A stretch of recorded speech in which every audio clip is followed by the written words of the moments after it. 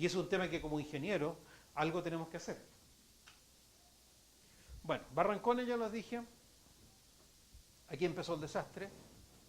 Después también en este sistema eléctrico, que cada uno hace lo que quiere, hubo una empresa, Campanario, Diesel, que sus dueños decidieron hacer una pasada financiera en el fondo. Dijeron, a ver, nosotros tenemos nuestro costo de producción $250 por megawatt hora. Encargaron estudios, ¿cuál va a ser el precio futuro? Los estudios dijeron $80. Entonces tomó contrato a 120. Compraba 80, vendía 120, no gastaba un litro de petróleo y funcionaba muy bien. El problema es que vino el terremoto de febrero de 2010, se atrasaron centrales carboneras que tenían que entrar, el costo marginal de 80 que no se dio pasó a 180 y ahí fue al revés, pues, compro a 180 para vender a 120 y se le acabó la plata. Las maquinarias estaban en prenda por el banco. Eso también demostró que el sistema es muy frágil, porque la legislación eléctrica chilena supone que porque alguien es una empresa generadora, tiene todo el respaldo económico del mundo. Países que nos han copiado, incluso en Centroamérica como El Salvador, cuando tiene una figura comercializador, exigen garantías bancarias reales. Eso en Chile no se usa. Es decir, aquí estamos viendo que la legislación chilena está orientada al funcionamiento de las empresas existentes. Castilla, que se cayó en 2012, Punta Alcalde, se cayó en junio del 2012, después revivió, después se cayó, ahora está reviviendo. Las empresas distribuidoras para su venta de clientes regulados hacen licitaciones y esas licitaciones se han declarado desiertas a $129. Vamos a los costos de producción en la lámina siguiente. Consejo Ministro de Hidroaicén. Tenía que resolver si Hidroaicén seguía o no seguía. Resolvió cuando, en febrero de este año, después de 2 años y medio. Y no lo resolvió totalmente. Lo que dijo, mire, estas cosas se las aprobó y los otros tienen que hacer un estudio que dura, eran 2 estudios, 1 año y medio. Y mientras tanto la resolución de calificación ambiental dura 5 años. Entonces, ahora en marzo se revocó eso y se va a hacer el análisis en 60 días y ahí va a decir si sigue o no sigue, pero no estas cosas intermedias y además es una falta de respeto de que a una empresa, cualquiera que ella sea, en vez de resolver en 60 días, se demore 2 años y medio en resolver y tampoco se resuelva. Sería lo mismo que un examen de segunda fecha ustedes le dijeran, mira, a ver, el próximo año te corrijo y te voy a corregir el problema 1. Y dame 3 años más para corregirte el problema 2 y mientras tanto, bueno, toma otros ramos. Por eso es poco serio, es falta de respeto. ¿Cuáles son los costos de producción con los precios que hay hoy día? Este es un costo de desarrollo que consiste en inversión inicial, operación, es decir, si yo tengo una central carbonera, en su vida útil, cuánto gasto en carbón y el costo de financiamiento y terreno, etcétera. Carbón son $80. Ciclo combinado gas natural, licuado 180, diésel 260, hidráulica más o menos 50, eólica 120, fotovoltaica 100. Y la fotovoltaica está bajando precio. El costo de desarrollo fotovoltaica hoy día debiera estar, porque es un tema comercial que todavía no se dice, porque todavía no entran centrales fotovoltaicas grandes, debiera estar en 80. Y las licitaciones que se declaran desiertas a 129. Si yo soy una empresa que tengo una mezcla hidráulica con carbón, que en un precio intermedio lo que ustedes quieran, 60, 70, ¿por qué no tomo licitaciones a 129? Porque hoy día puedo vender a 260, po. Y como la empresa chilena tiene mentalidad de corto plazo, entre ganar este diferencial de 130, tengo una utilidad neta, eso va como utilidad neta, es decir, en el fondo ya con 130 yo ya estoy ganando 50 con respecto a 80, supongamos. Pero ¿por qué voy a tener utilidad de 50 si puedo tener una utilidad de 180? Por eso el sistema no está funcionando.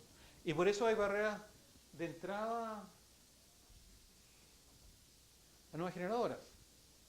También este mercado spot solamente participan empresas generadoras, ya sea como productores o comercializadores. El cliente a precio libre no entra al mercado spot, es decir, este es un mercado bastante raro, están solamente los generadores. Y en este momento le están traspasando todo el riesgo a sus clientes. Los clientes mineros les dicen, perfecto, usted necesita 100 megawatts de potencia, yo voy a construir una central, pero el contrato no empieza el 1 de enero del 2018. Empieza el 1 de enero del 2018 si yo tengo construida la planta. Si no tengo construida la planta y no está operando, empezará cuando tenga terminado la planta. Es decir, yo en mi actividad en mi empresa me dedico a negociación de contrato eléctrico y me pasó con algunas centrales como Campiche que me decían, que ustedes saben que estuvo paralizada, todo lo demás me decían, mira, cuando entre Campiche ahí te vendo. ¿Y cuando empieza ese contrato? Pues cuando la central funcione. Pues. Es decir, ese traspaso de riesgo no está en la legislación. Este traspaso es la variación de precio de combustible, obviamente. La falla de unidades, es decir, ya no es un precio como antes que el generador asocia al riesgo y te dice, si mi unidad falla y yo tengo que comprar a costo marginal, bueno, yo te traspaso el costo marginal. Es decir, en el fondo, ¿qué empresa seria es lo que está haciendo eso? Y también le dicen, bueno, yo te voy a pagar este precio, pero si la inversión en mi central me sale más cara, vamos a tener una fórmula de indexación en que me dice que mi inversión inicial subió y te traspaso el exceso de precio. En otros casos, la empresa te dice derechamente, yo no tengo energía, pero te voy a comprar a ti en el mercado spot, pero el pasar la factura de aquí a acá te va a costar $50.000 mensuales. Estoy hablando de una cifra real. Y cuando mi cliente la escuchó, en el fondo después dijo cómo a estos sinvergüenzas no los meten preso, porque en el fondo es pasar una factura de un lado a otro, aprovechando una falla regulatoria que los clientes libres no pueden comprar en el sistema. Por lo tanto, para los clientes libres el precio spot es el precio libre porque ahí se le cobra eso más algo. Y este alejamiento permanente entre el costo medio de producción y el costo marginal, lo cual se aleja totalmente de la teoría marginalista. ¿Y qué generación necesitamos? Energía renovable no convencional, hidráulicas pequeñas, térmicas, porque seguimos en año de sequía. Hoy día tenemos el costo marginal muchísimo más alto que el costo medio, ya lo vimos. Eso contradice la teoría marginalista. A futuro, ¿qué podemos ver? En Aysén hay del orden de 5.000 megas, está Hidroaysén, energía austral. La antigua Endesa tenía en Aysén del orden de desarrollo de 10.000 megas. Ahora por aprovechamiento medio ambiente eso se ha bajado. Y probablemente el 2030 necesitaremos nuclear, pero para que tengamos nuclear en 2030 tenemos que empezar a trabajar en el 2015. Porque si se hace un desarrollo nuclear tiene que ser serio. En Chile no existe legislación. Pero existe el problema, y ese es mi temor personal, es que lleguemos a una crisis, salga una ley expresa en 2 semanas en que diga se autoriza a contratar a una consultora internacional para que licite la construcción de una planta nuclear. Y se va a construir porque vamos a tener una serie de generadores casi nuevos con poco uso, como en Fukushima y otras partes en Japón, que vamos a tener generadores de última generación que no se están ocupando. Y vamos a llegar con ese desastre que pasó en Fukushima. Entonces, esos son los elementos que tenemos que ir viendo. ¿Y qué queremos como país? ¿Queremos desarrollo eléctrico? ¿Queremos una seguridad ciudadana en que no se construye nada más? ¿Con altos precios de electricidad? ¿En que finalmente cada uno en su casa, si quiere tener electricidad, tenga que tener un grupo diésel con altas emisiones de CO2? ¿Usamos vela? ¿Usamos leña? ¿O usamos una generación a cualquier costo ciudadano, inundemos lo que haya que inundar y hacemos un embalse? Entonces, eso es lo que tenemos que ver como sociedad. Y esas son las respuestas que el sector eléctrico nos está dando.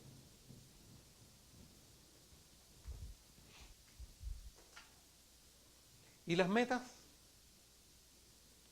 Un abastecimiento seguro y confiable, educación de la población en tema de energía, tanto ahorro de energía, saber qué es lo que significa, desarrollo de empresas de energía renovable no convencionales con ingeniería chilena y con productos chilenos. Es decir, estamos en un país que no tiene industria fabril. A mí me tocó en el desarrollo de un proyecto hidroeléctrico de 30 megas, necesitábamos tubería de presión de 4 metros de diámetro. Visitamos todas las plantas, incluso la CAP, y nos dijeron, mira, nosotros tenemos nuestra línea de producción de 2,5 metros de diámetro, nos interesa 4 metros, vayan a comprar a Brasil. Las mismas compuertas de las mini centrales también son importadas. No se hacen turbinas en Chile. En otro proyecto más chico, Yo vi precios de turbinas de 5 megas, hidráulica 5 megas, en Perú y en Brasil. En Chile no se hace. Ahora que está llegando la energía fotovoltaica, los paneles van a llegar hechos de China, de España, donde sea. No hay industria chilena, no hay instaladores adecuados. Necesitamos un mercado eléctrico competitivo, evitar el rechazo de la población, que en este momento, por razones históricas, muchas veces se está oponiendo a todo, incluso a centrales renovables, como centrales eólicas, centrales solares. Suponer líneas de transmisión que sí van a necesitar, y desarrollo de políticas públicas de energía.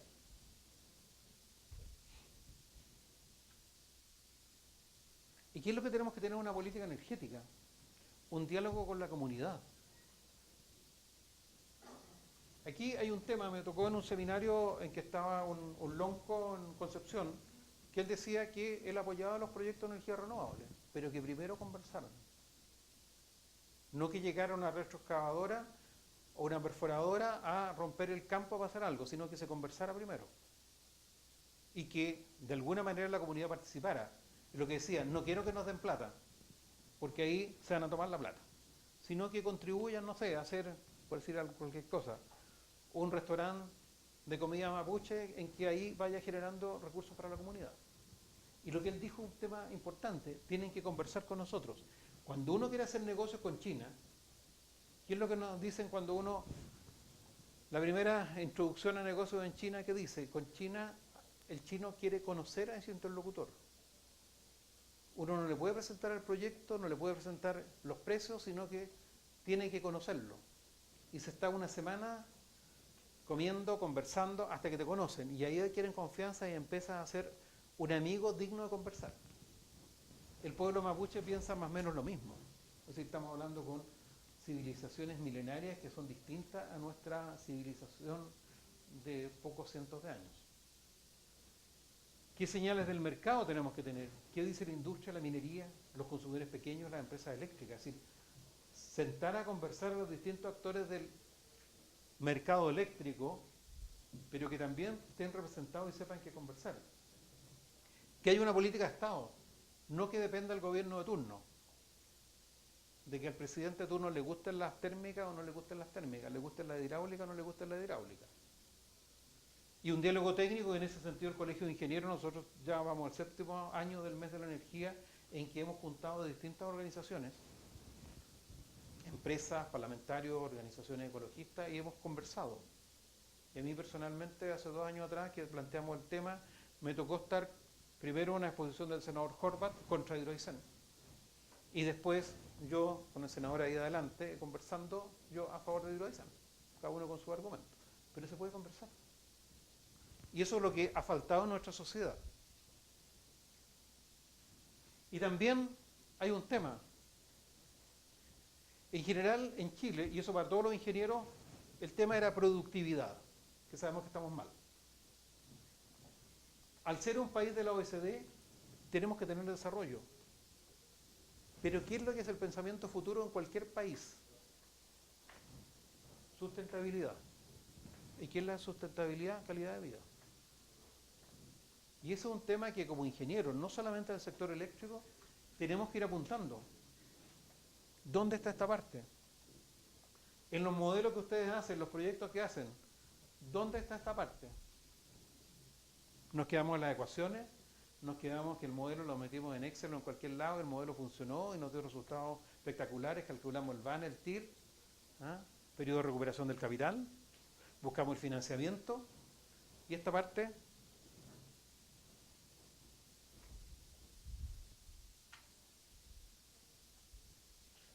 Esto, lo que dice la juventud, como otra anécdota, una de mis hijas, cada vez que yo ocupaba un papel me decía, en la cajera automática yo sacaba el papelito con el recibo, me decía, papá, mis nietos no van a tener árboles porque tú estás consumiendo los árboles hoy día.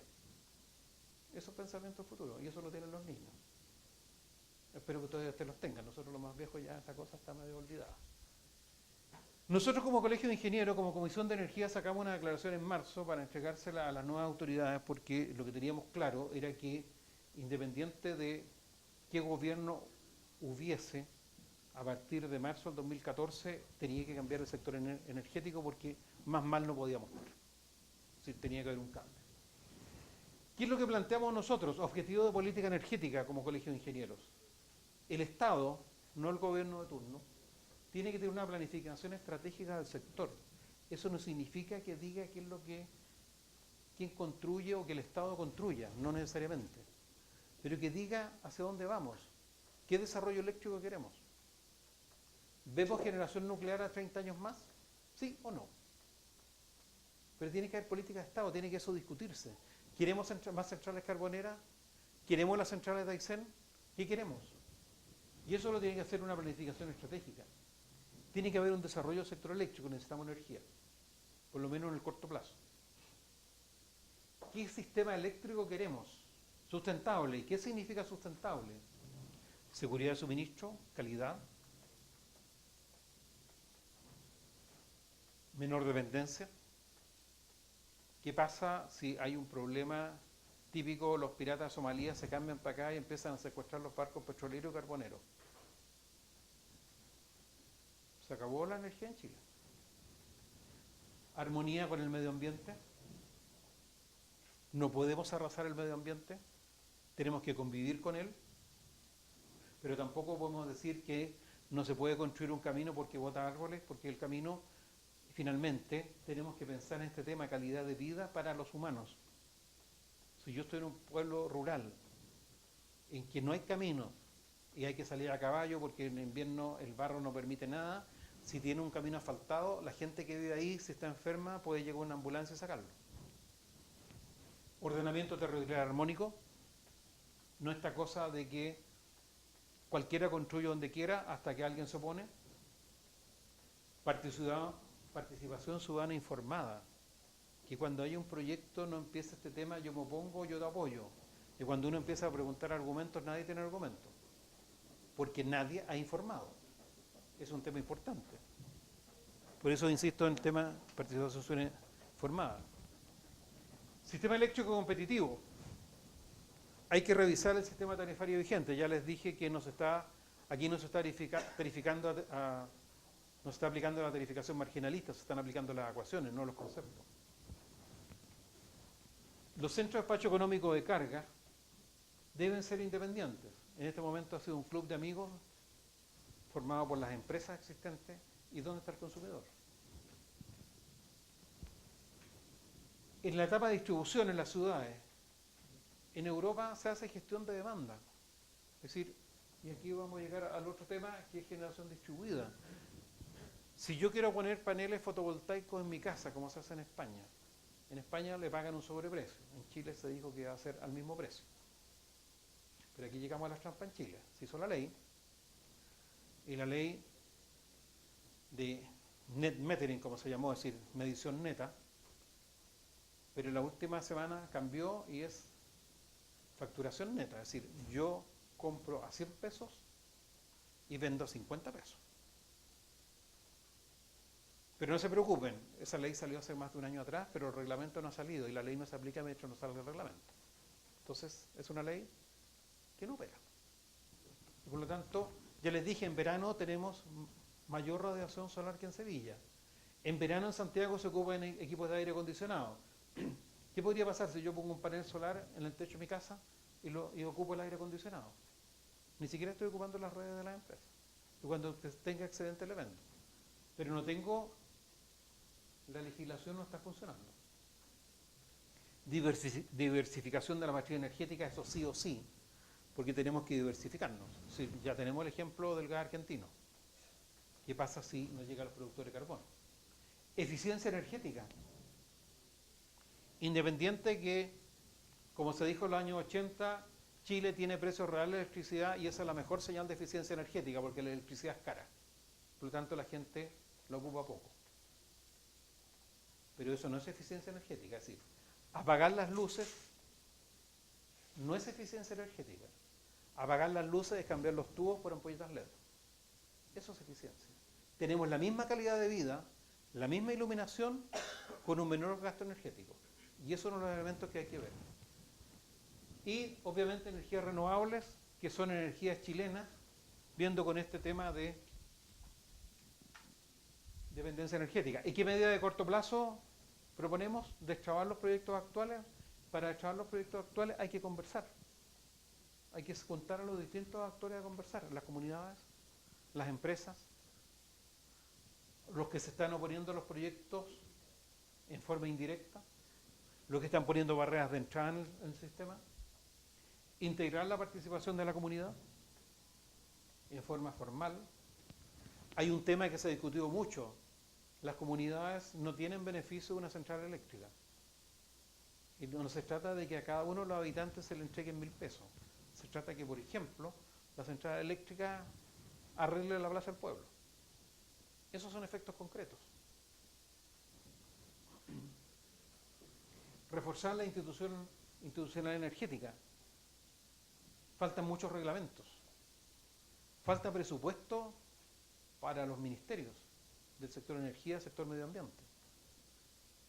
Y modificar el marco regulador de las tarifas eléctricas. Hay países que copiaron nuestra legislación como Perú, y en Perú no pasa esto que el costo marginal se me dispara a 2.60 porque están los diésel.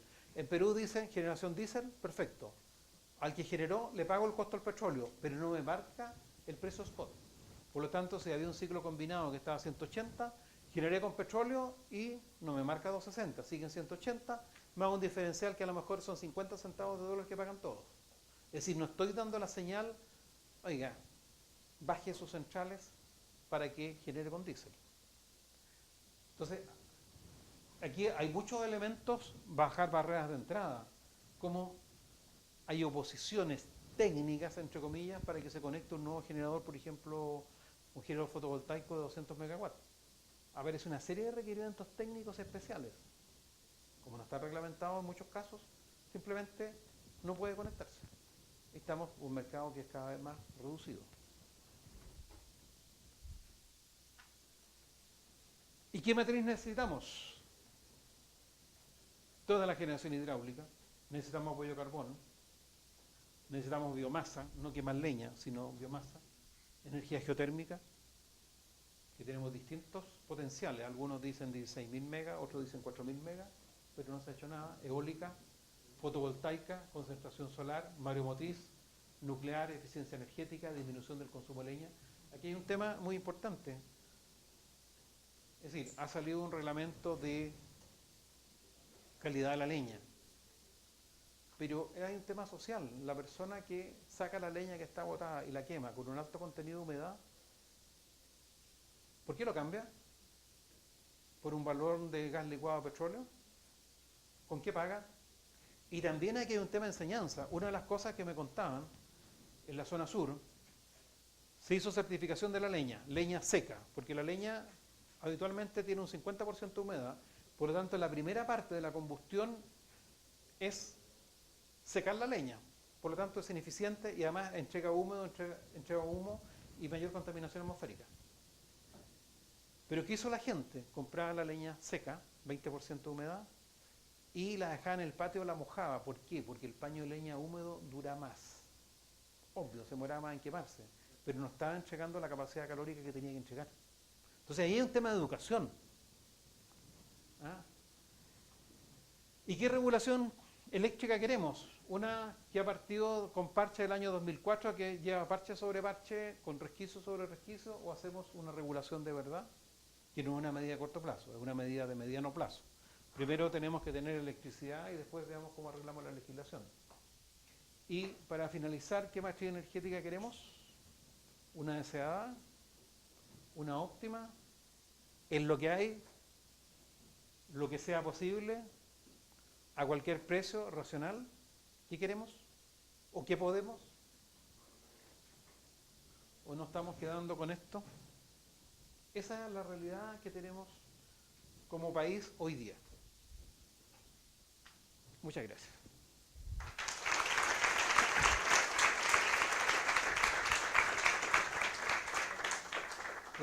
¿Preguntas?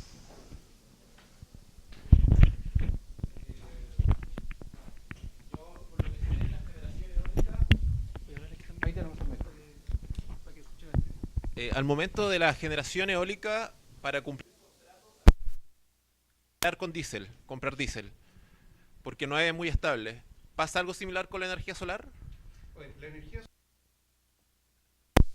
tiene un periodo que en el norte funciona más o menos de las 7 de la mañana, que parte una curva, va aumentando la radiación solar hasta llegar a un máximo tipo 9 de la mañana y se mantiene estable hasta las 5 o 6 de la tarde y empieza a decaer.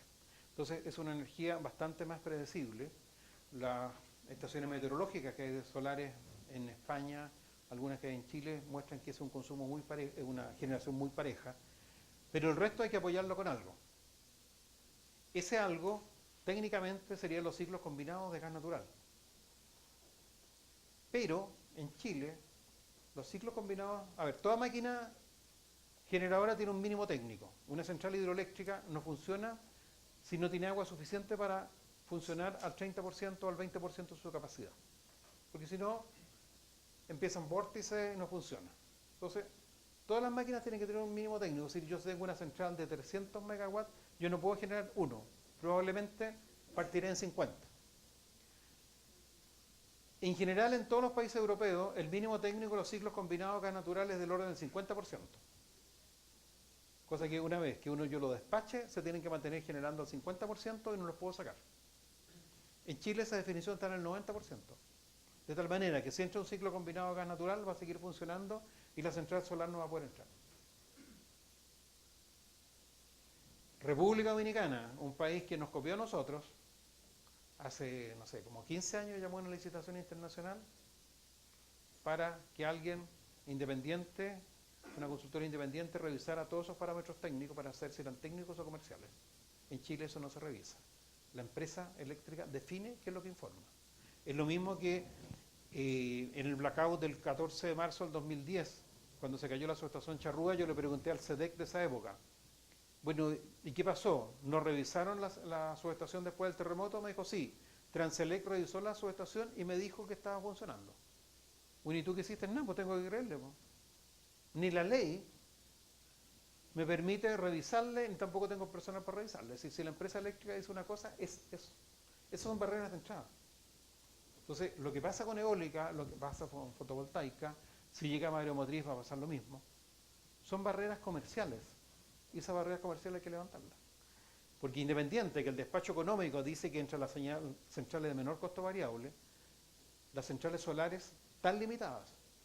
El SEDEC del ZINC, del Norte Grande, hizo un estudio que no pueden entrar más de 400 megas en centrales solares. Independiente que la capacidad de producción de centrales con estudios, resolución de calificación ambiental aprobada, tenemos del orden de 2000. Esa energía solar se pierde. Porque no puede entrar al sistema porque entramos en este tema de que no es despachada, porque ¿qué pasa? No pueden partir después los ciclos combinados, etc. Entonces hay una serie de barreras comerciales disfrazadas de barreras técnicas. Y eso va a pasar. Es decir, en el fondo, la energía solar, si quiero entender tu pregunta, nosotros podemos tener en el desierto de Atacama, no he hecho la evaluación, no la conozco, pero perfectamente yo creo que podemos tener 30.000 megas solares. Es decir, abastecer todo Chile y nos sobra. Vivimos ya, tenemos 4.000 más 13.000, tenemos como 20.000 megas de capacidad instalada. Pero no va a poder ingresar al sistema. Por trabas comerciales, por trabas de transmisión, tenemos transmisión débil también. Entonces hay una serie de este mundo ideal de lo que podemos tener al mundo real de qué es lo que es posible, más las barreras comerciales que aparecen. Sí. Espérame. Para que no se sientan aislados los muchachos allá. Hay una pregunta desde la Universidad de Concepción que dice, ¿qué tan significativo puede ser el aporte de las centrales de pasada para las necesidades energéticas?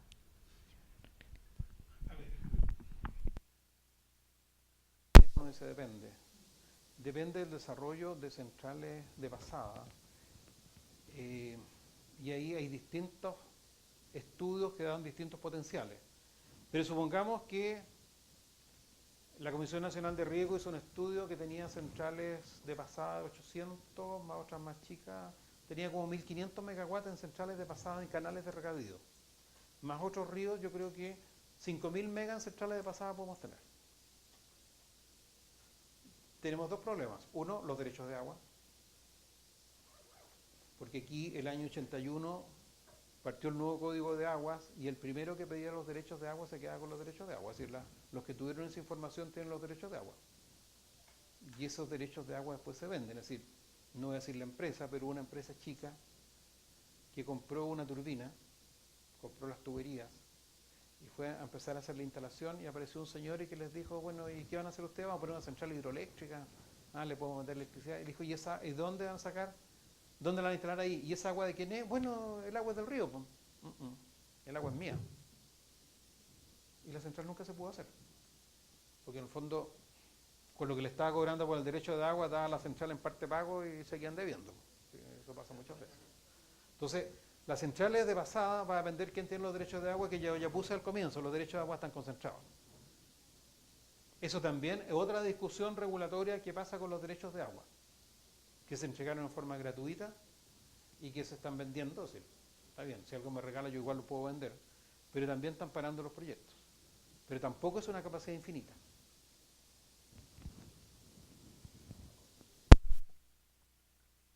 ¿Alguien más tiene otra duda? Ay,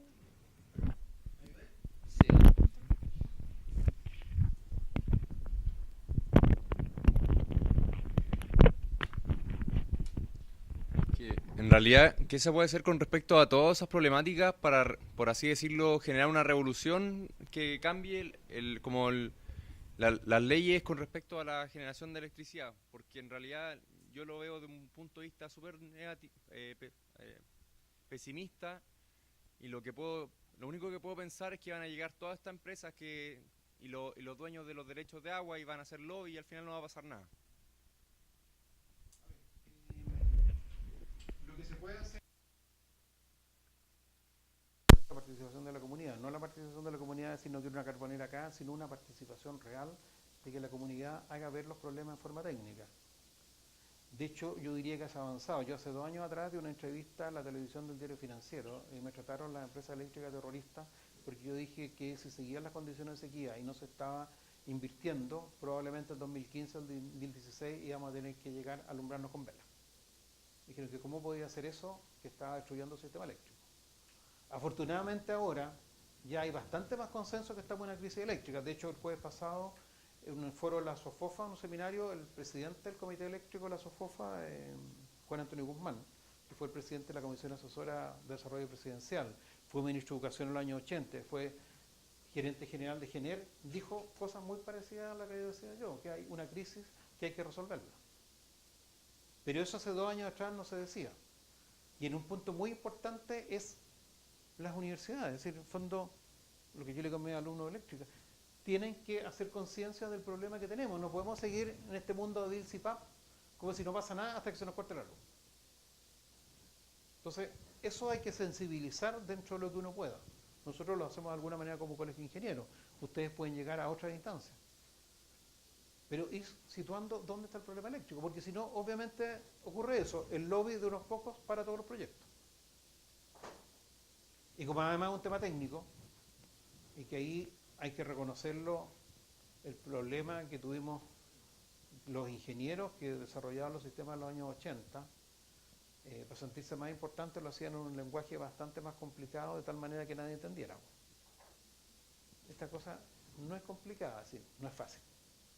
Pero un abogado que entiende la diferencia entre energía y potencia, conceptualmente entiende bien, no estoy hablando de las ecuaciones, sino entiende el concepto de energía y potencia, le puede discutir perfectamente bien, conceptualmente, a un ingeniero eléctrico, e incluso muchas veces le puede ganar. Entonces, no nos creamos también que por los ingenieros, como manejamos ecuaciones, arrasamos con todos. No, las ecuaciones nos ayudan mucho, ayudan bastante. Porque mientras los demás tienen que pensar, no sé, varias horas, uno se pone en su sistema de ecuaciones, lo resuelve y tiene el problema resuelto en 10 minutos, sensibiliza, ya en 15 minutos sabe lo que tiene que decir. Mientras tanto el otro está pensando 1 o 2 horas. Pero no podemos explicarlo con ecuaciones, tenemos que explicarlo con conceptos.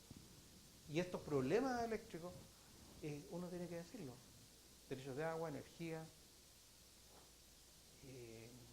el gas natural por el momento como que no ha tenido problemas, pero puede tenerlo. Entonces, esos son elementos que hay que ver. Y el tema que para mí es muy importante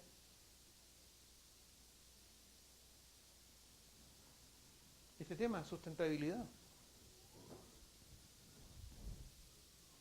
Si las universidades, profesores, alumnos no toman el tema sustentabilidad y calidad de vida, las empresas no lo van a hacer. A menos que alguien lo obligue. ¿Por qué estamos certificando los árboles y la madera que sale de Chile? Porque en Estados Unidos se movieron organizaciones que dijeron que la madera tenía que llegar certificada. ¿Por qué las empresas vitivinícolas pidieron que la botella de vino fuera más delgada? Porque al fabricar vino se emite mucho CO2, la botella de vino se emite mucho CO2. Por lo tanto, la huella de carbono que tiene la botella de vino que llega a Estados Unidos y Europa es muy alta. Adelgazaron la botella. Con eso también es menos CO2 en el barco que lo está transportando.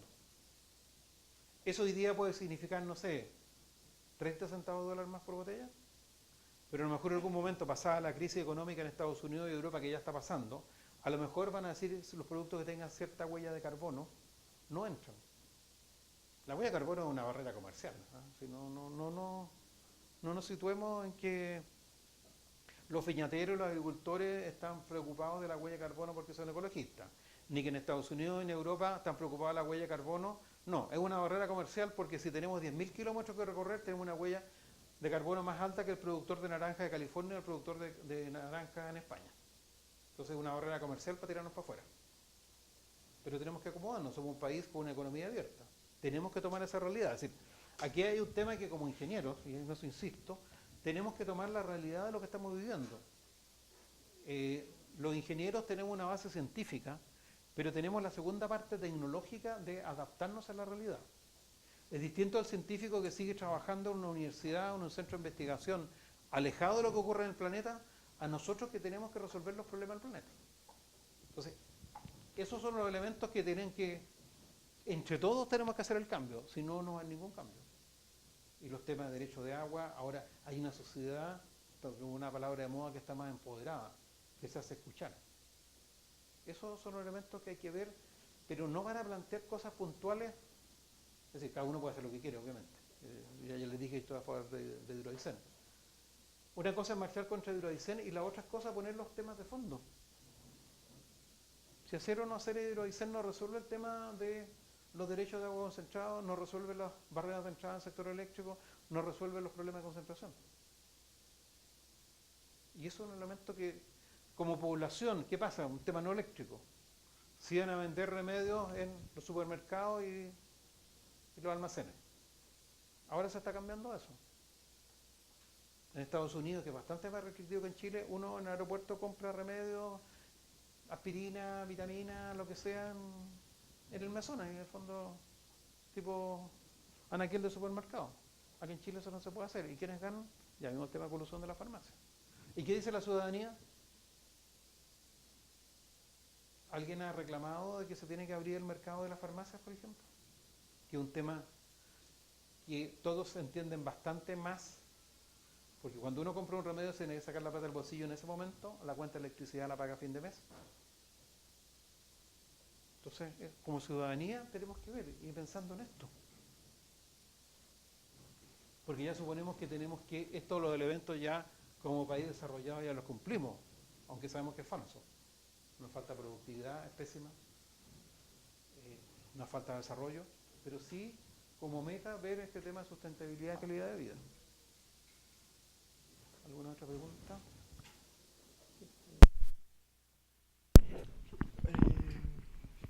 Bastante simple en realidad.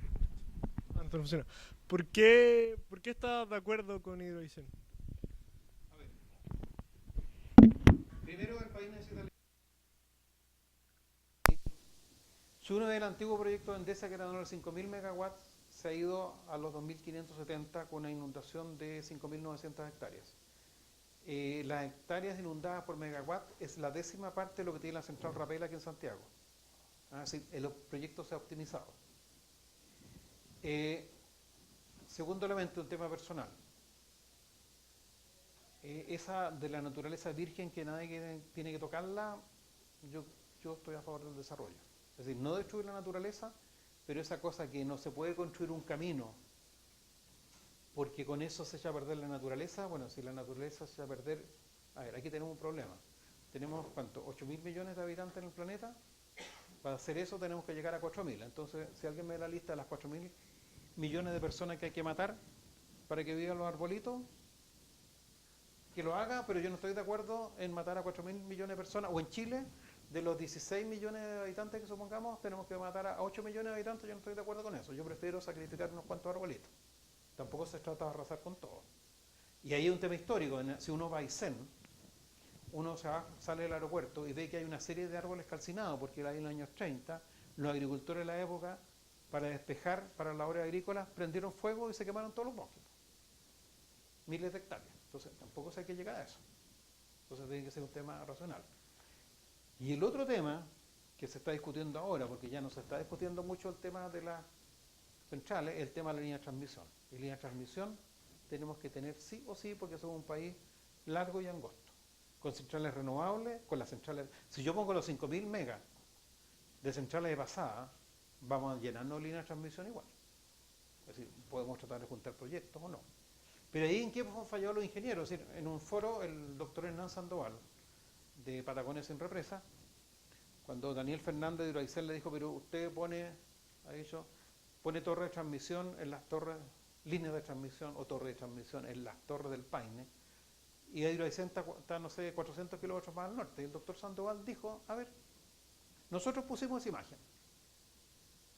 Las líneas de transmisión en las torres en Torre del Paine. Y después pusimos las torres y las líneas en Isla de Pascua. Dijo, ¿alguien racional va a pensar que para irradiar la electricidad de Hidroaicén se tiene que dar la vuelta por las torres del Paine, después por la Isla de Pascua y después llegar a Santiago?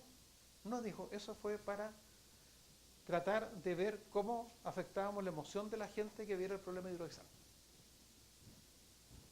No hay ingeniero, eso está claro. Pero llegó a la población. Es decir, para mí Hidroaicén es un muy buen proyecto técnico que se perdió también porque la empresa eléctrica funcionó como empresa eléctrica y en el fondo lo que dijera la gente le da lo mismo. Total, yo paso la aplanadora, pero ya ahora no se pasa la aplanadora. Entonces, eléctricamente un proyecto bueno, mucho más eficiente que Rapel, que ha salvado a Santiago de que quedemos oscura. Necesitamos esa electricidad, es una energía barata, van a bajar los precios, aumenta la productividad del país, ayuda a que todas esas zonas rurales puedan tener electricidad, siempre y cuando se maneje en este tema integral, lo que yo he dicho, una política energética. Es decir, en el fondo si llega toda la electricidad a Santiago, no tiene sentido. Hay que ver también de alguna manera que si llega toda la electricidad de Hidroaicén a Santiago, las centrales que están en Puerto Montt, que están enviando electricidad a Santiago, también puedan abastecer las zonas rurales. Por eso no es un problema simple, es un problema bastante más complejo. ¿Había otra pregunta?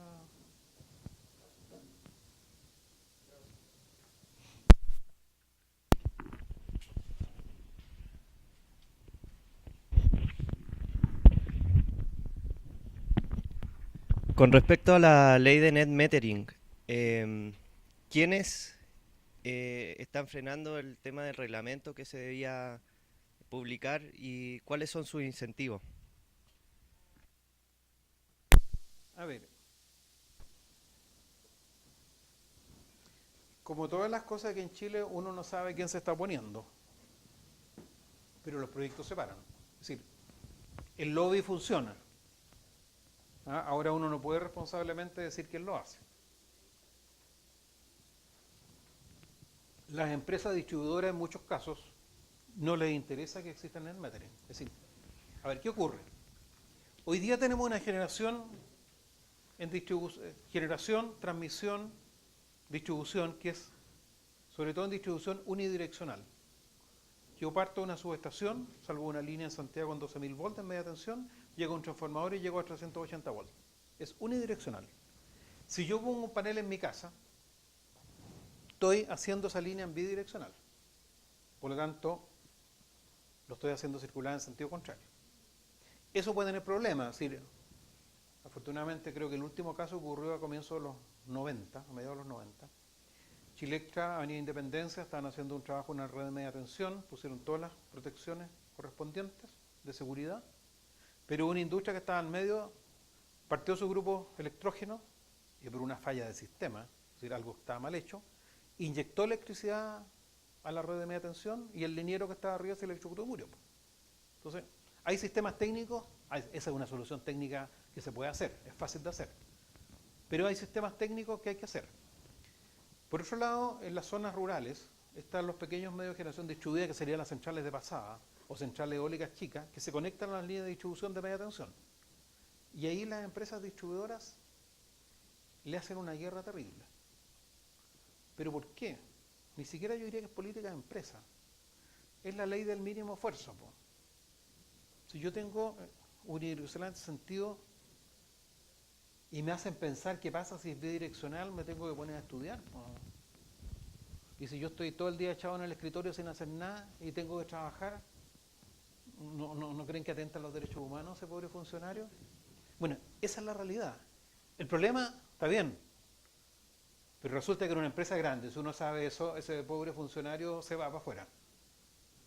Pero aquí, como la empresa o no sabe, no se da cuenta o le da lo mismo, ¿y dónde está el Estado que debiera velar por todos los consumidores y no solamente por ese funcionario que no quiere trabajar? Es decir, yo soy bien directo para decir las cosas y se las digo desde el punto de vista de la realidad. Si le puedo poner la respuesta diplomática, lo que pasa, que hay elementos técnicos difíciles, a las empresas las están estudiando, etcétera, etcétera, pero eso no es cierto. Entonces, además, cuando tú pones un efecto demostrativo en un sector que no hay competencia, que no está funcionando la competencia, que hay, en el mejor de los casos, un oligopolio, si tú demuestras a alguien que está pagando menos, es un efecto demostrativo. Y si yo pongo un panel solar en mi casa y le cuento a mi vecino que estoy gastando mucho menos, mi vecino también va a hacer lo mismo. De hecho, en Estados Unidos, en Hawái, y no me acuerdo en qué otro estado, las empresas eléctricas empezaron a limitar la instalación de paneles solares porque le estaban bajando la utilidad. Tan simple como eso. Eso tiene solución. Si se masifica, uno modificará el marco regulatorio para que se le pague por el uso de sus instalaciones, pero no la sobreganancia que pueden estar teniendo hoy día. Entonces, por eso no es un problema simple. El problema es que tampoco nadie dice las cosas como deben ser, porque siempre salen respuestas diplomáticas. Entonces, y probablemente el reglamento va a seguir parado, no sé, si lleva como un año, seguirá un año más, se meterá la parte política, en que ni siquiera es política partidista, sino en el fondo, recordemos que aquí en Chile hay elecciones parlamentarias cada cierto tiempo, y esas campañas hay que financiarlas, ¿no? Y las empresas contribuyen al financiamiento.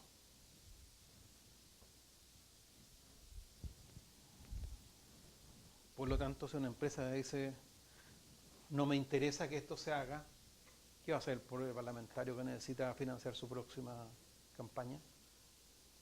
O como ha salido, que pasó con la ley de pesca también.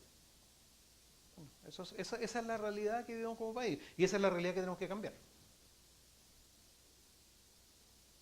¿Alguna otra pregunta? Tenemos la última de lo de 12, yo creo que estaríamos. Ya.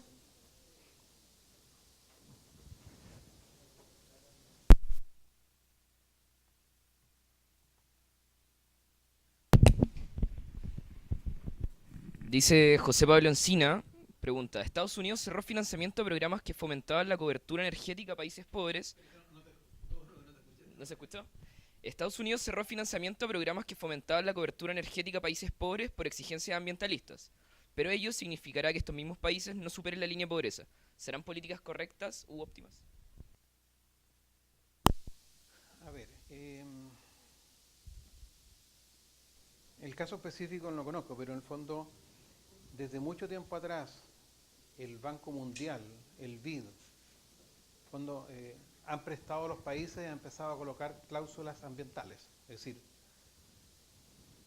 cuando aquí hay ciertas empresas que se fijan en el tema ambiental, muchas veces por el tema del préstamo que le da un banco. Porque los bancos, copiando el Banco Mundial, exigen ciertas exigencias en que en el fondo están apuntando a un tema de calidad de vida. Entonces, no es que estén limitando, están mejorando la calidad de los proyectos. Y por lo menos un país como Chile, que voy a situarlo al tema de la respuesta en Chile, Chile no necesita financiamiento ni el BID del Banco Mundial. Probablemente la tasa es un poquito más baja, pero la burocracia es tanto más grande que se prefiere ir a los bancos privados, internacionales, pero que también han copiado todos esos elementos. Es decir, si aquí aparezca la responsabilidad social empresarial, la preocupación por temas ambientales en las empresas, es porque quieren bajar la tasa de sus créditos. Es tan simple como eso. Es decir, el banco le pone una lista de requisitos financieros, ambientales, de comunidad y tienen que cumplirlos. Si no los cumple, le sube la tasa. ¿Sí? Esa es una ecuación bastante simple. ¿Alguna? No, ya no más. ¿Alguien más? Bueno, estamos. Un aplauso al...